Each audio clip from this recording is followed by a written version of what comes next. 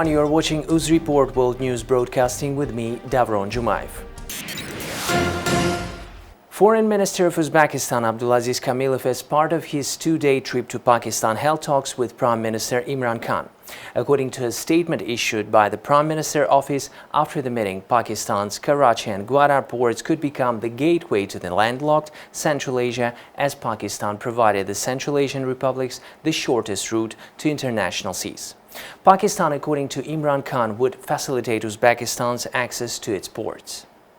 Uzbekistan is so far working with Pakistan on the development of two options. The first is the Trans-Afghan Railway project, while the second is the road route via China. Pakistan, Afghanistan and Uzbekistan had in Tashkent in February signed a roadmap for the construction of almost 600 kilometers of Mazar-e-Sharif-Kabul-Peshawar railway line. The project, which is expected to take 5 years for completion at an estimated cost of $4.8 billion, enjoys the backing of international lending agencies including the World Bank. Khan welcomed the proposed Trans-Afghan Railway project and underscored Pakistan's commitment to support all efforts for the earliest realization of this important connectivity project. Kamilov's visit also focused on regional connectivity, as Foreign Minister extended invitations to Khan and Foreign Minister Shah Mahmood Qureshi for participation in Central Asia-South Asia Connectivity Conference in Tashkent in July. Turkey's foreign minister on Wednesday said his recent visits to Turkmenistan and Uzbekistan were not only highly beneficial, but also friendly and result-oriented. Speaking exclusively to Anadolu agency and TRT reporters, Mevlut Çavuşoğlu commented on his visit to the Central Asian nations from March 6 to 9.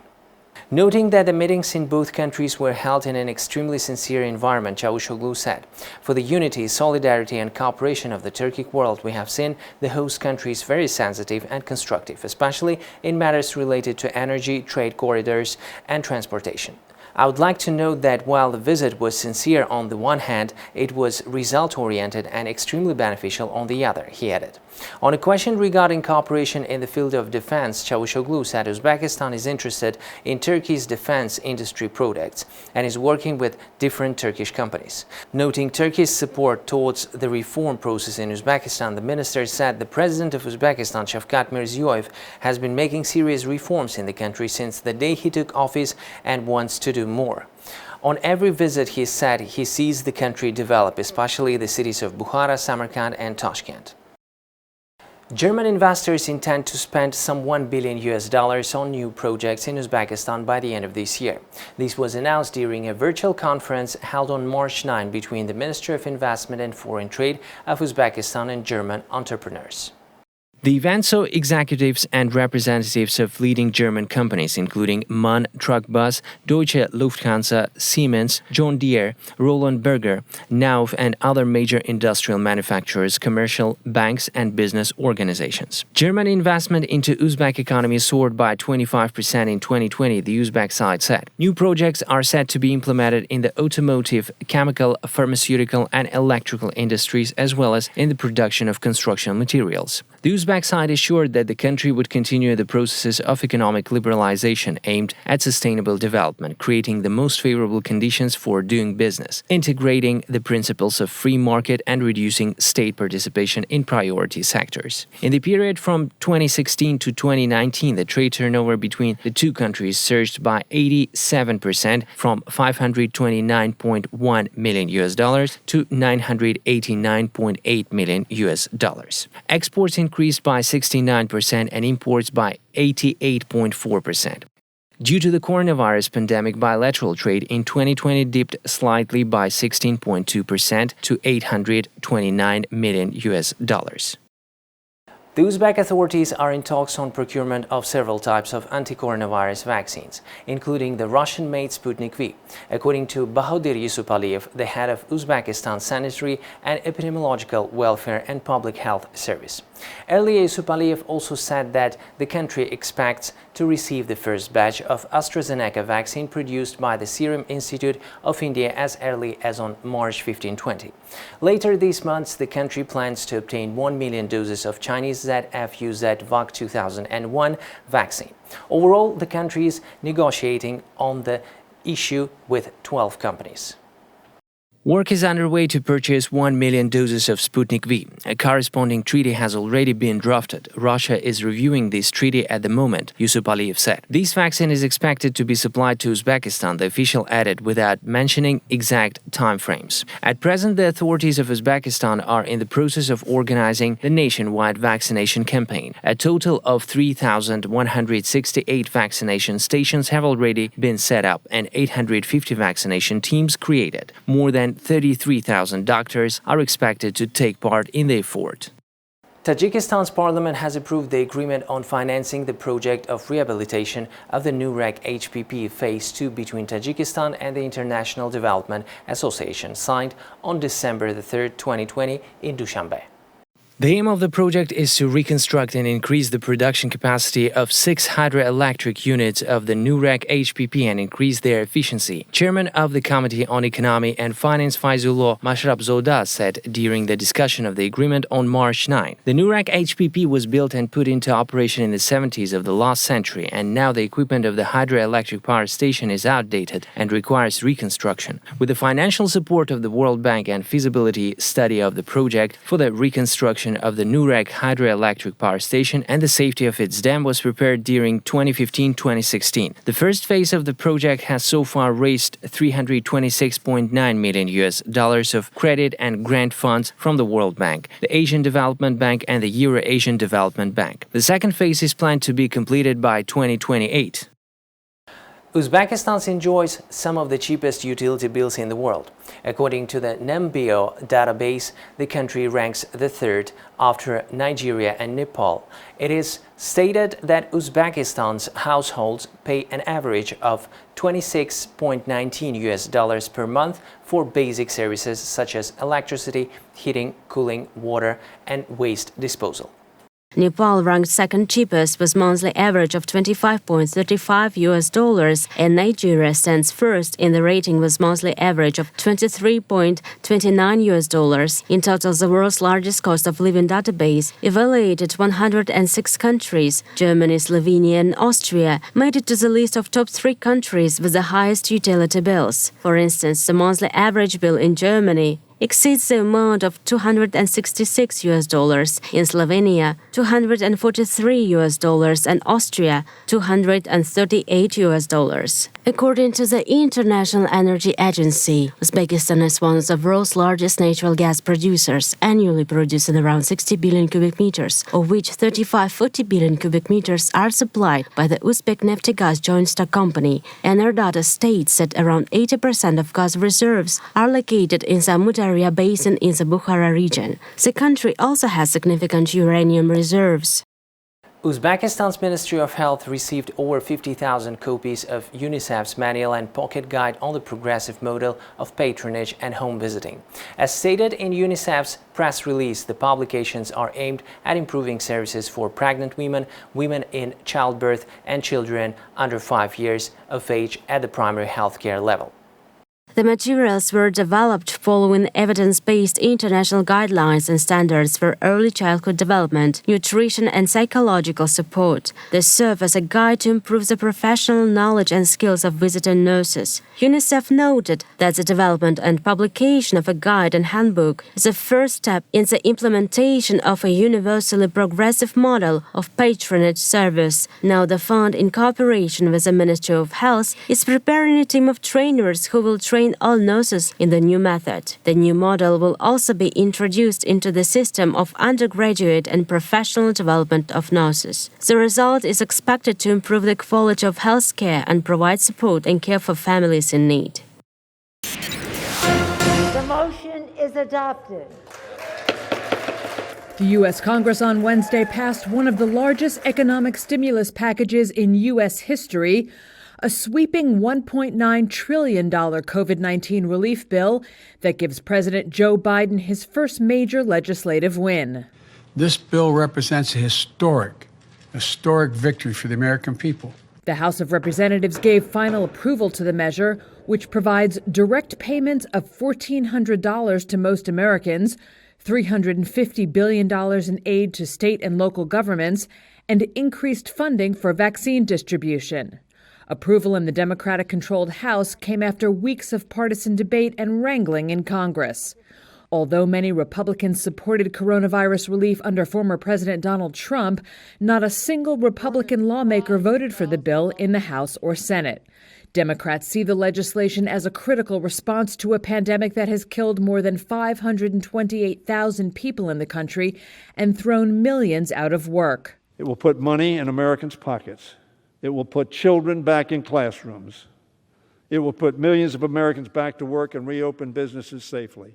Republicans said the measure was too costly and packed with wasteful progressive priorities. This is nothing more than a trashy spending spree while doing nothing for those who have suffered the most from this China virus. Nevertheless, Republican-leaning states are due to get a disproportionate share of many of its benefits, including education and child care aid per resident, according to estimates from 2 congressional committees. And it's popular with the public. A Reuters Ipsos poll showed that 70% of Americans support the plan. White House Press Secretary Jen Psaki said Biden plans to sign the bill Friday and that he, Vice President Kamala Harris, and First Lady Jill Biden would hit the road to promote it to Americans. I'm going to talk about what comes next. The bill's passage comes as Biden prepares to deliver his first primetime address to the nation Thursday, marking 1 year since the country's first COVID-19 shutdowns. After announcing that the U.S. will buy 100 million additional Johnson & Johnson vaccine doses, U.S. President Joe Biden on Wednesday came back to the mic to make a pledge. If we have a surplus, we're going to share it with the rest of the world. Speaking to reporters alongside the CEOs from Johnson & Johnson and Merck, Biden said vaccinating Americans is the only way to beat the pandemic and that Americans will get access to the vaccines first, but if there are extras, the United States will share. This is not something that can be stopped by a fence, no matter how high you build a fence or a wall. So we're not going to be ultimately safe until the world is safe. And so we're going to start off making sure Americans are taken care of first, but we're then going to try to help the rest of the world. The World Health Organization has long called upon rich countries to ensure that vaccines are shared equitably.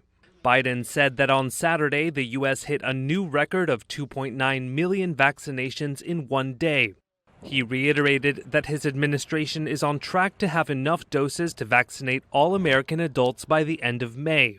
Biden plans to make a primetime address on Thursday detailing the next phase of the government's COVID response and what will be asked of the American people. There is light at the end of this dark tunnel of the past year. Some pharmacists wear lab coats. Mayank Amin dons a different uniform. Suited up as a superhero, he reaches into sub-zero storage for his vials of COVID-19 vaccines.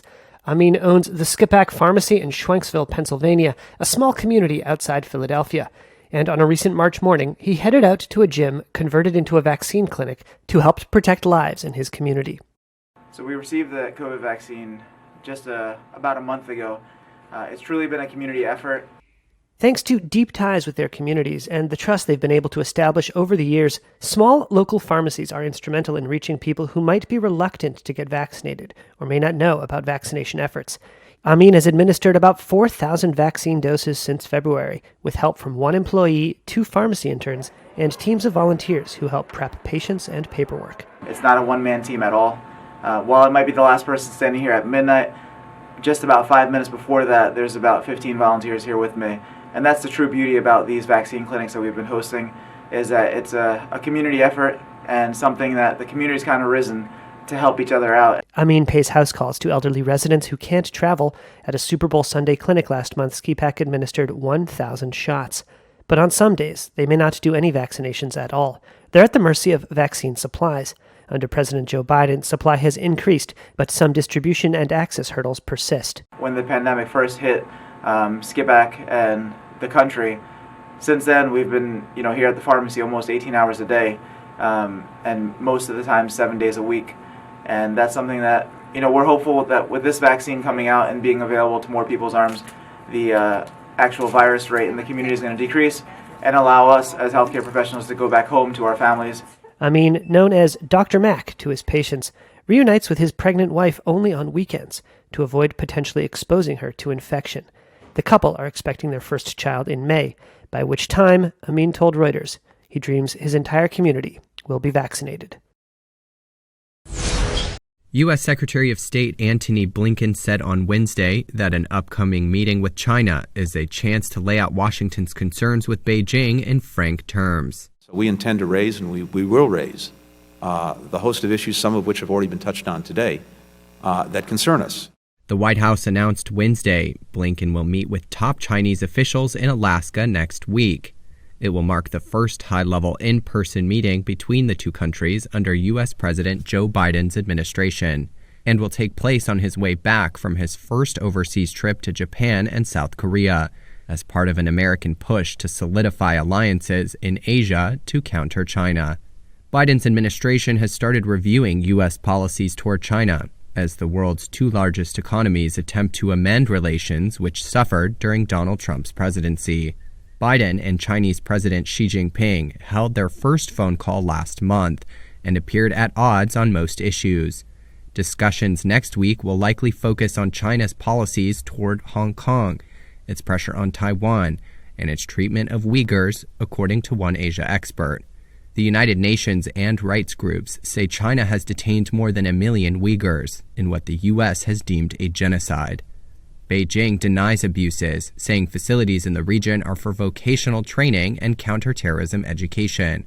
Blinken said on Wednesday China should open Xinjiang to the rest of the world if they insist they're not violating human rights of Uyghur Muslims. China's embassy in Washington did not respond immediately to a request for comment. Dust and rubble is most of what's left of Toshiharu Onoda's old pottery studio in Fukushima, Japan. Onoda is a 13th-generation potter of obori-somayaki, known for the high-pitched singing sound made when kilns are opened and the glaze cracks. On March 11, 2011, Onoda had just finished loading his kiln when a massive earthquake struck close to the Fukushima Daiichi nuclear plant and changed his life forever. The kiln in front of me started clattering and everything inside just suddenly shattered on the ground when the earthquake happened. It was the first time I went through such a terrifying experience. I couldn't move at all, even if I tried to run away. Within hours, Onoda and some 24 other potters were forced to evacuate and leave their life's work behind as nuclear reactor buildings exploded, spewing radiation across the area where their families had lived and worked for over 300 years.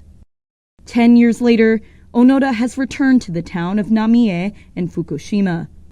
But Onoda says everything about the town and its pottery has changed. Half of his fellow potters have quit, and some 80% of the town still remains off-limits due to high levels of radiation. Even the clay and glaze which once gave their wares a distinctive blue-green sheen can no longer be gathered and processed there. But despite all the loss he has experienced, Onoda has forged on. I would like to pass obori-somayaki, a tradition with history of more than 300 years, to the next generations. That is my goal. I hope that it could be carried on by as many people as possible.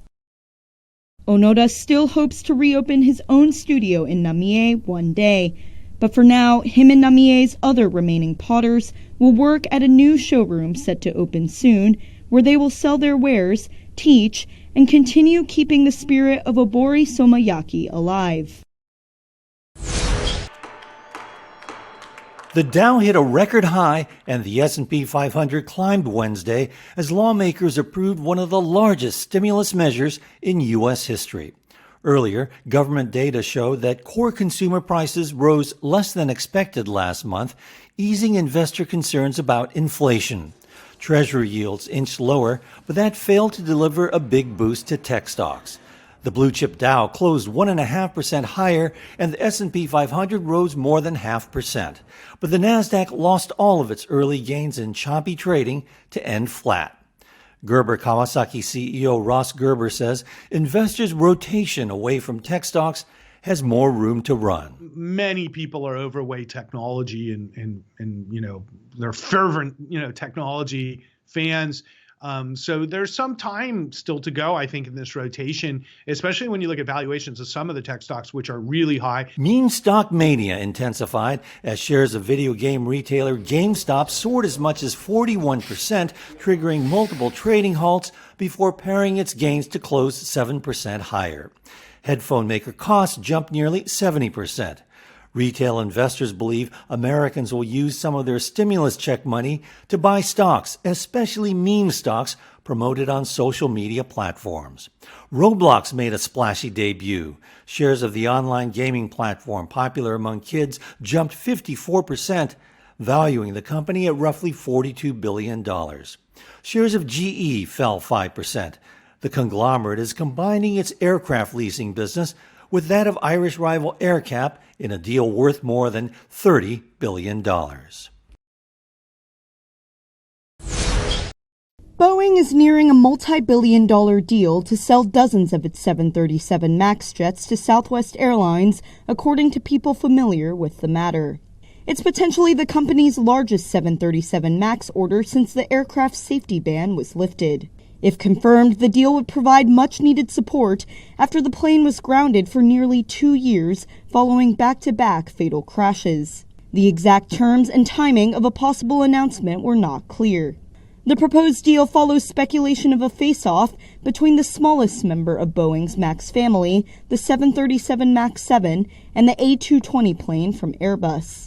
Southwest Chief Executive Gary Kelly had said in November that they were debating between the still uncertified Boeing 737 MAX 7 and the A220, which would be the airline's first shift away from an all-Boeing fleet.